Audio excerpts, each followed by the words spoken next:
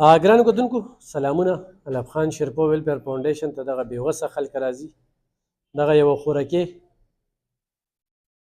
راغلې ده، بیماره ده، علاج ته یې د پیسو ضرورت دی،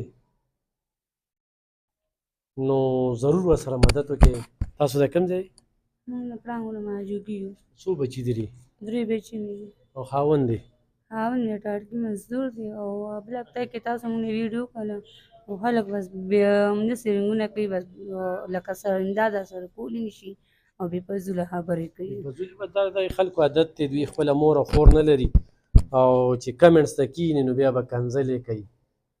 هلکه ویډیو ګورئ، نمبر یې پکې وي خو امداد ورسره کوی وي که ستاسو لاسه نمبر یې بندې کړي نو چې څوک ورسره امداد کوي نو هغوی بیا موږ ته وایي یاره د هغه زنانه نمبر به نه وي.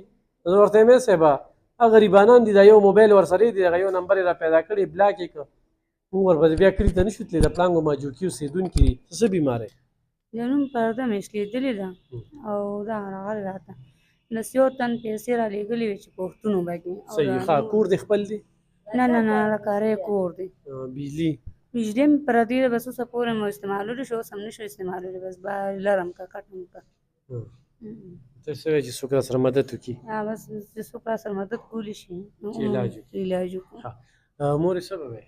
زوی زین د خدای سره راکوړم نه کوی وې او الله په جاج که دوی سره مې دا دغه وکړ نو غټ کار به وشي. زویه دا یې څه ده؟ دا نیمګور ده او زوی زین دا یې زره قسم ده که زین د روټۍ درک نه لګېږي. زوی دې مزدوري نه کوي؟ کوي ټاټکي کار کوي. نو دا دی پرون یې چوټي وه نن یې بیا چوټي ده او یې کار نشته. یو ورځ یې کار کړی دی خالي پره ده. صحیح. موبایل نمبر دې څه دی؟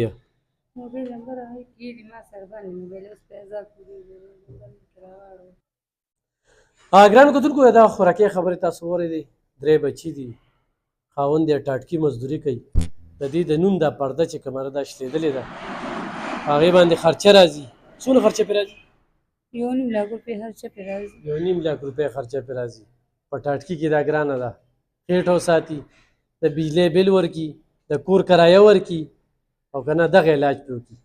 خپله خور یې وګڼئ، بې ځایه کالز ورته مه کوئ، تنګوئ مه او په دغه نمبر ورسره رابطه وکړئ ایغ په نیغه او د دې دا مجبوري ختمه کړئ. الله سره تجارت وکړئ. هغه ورور ډېره زیاته مننه کوم چې یو ورور ورسره مدد کړی دی، په هغې څه ناڅه لاړې تېرې شوې.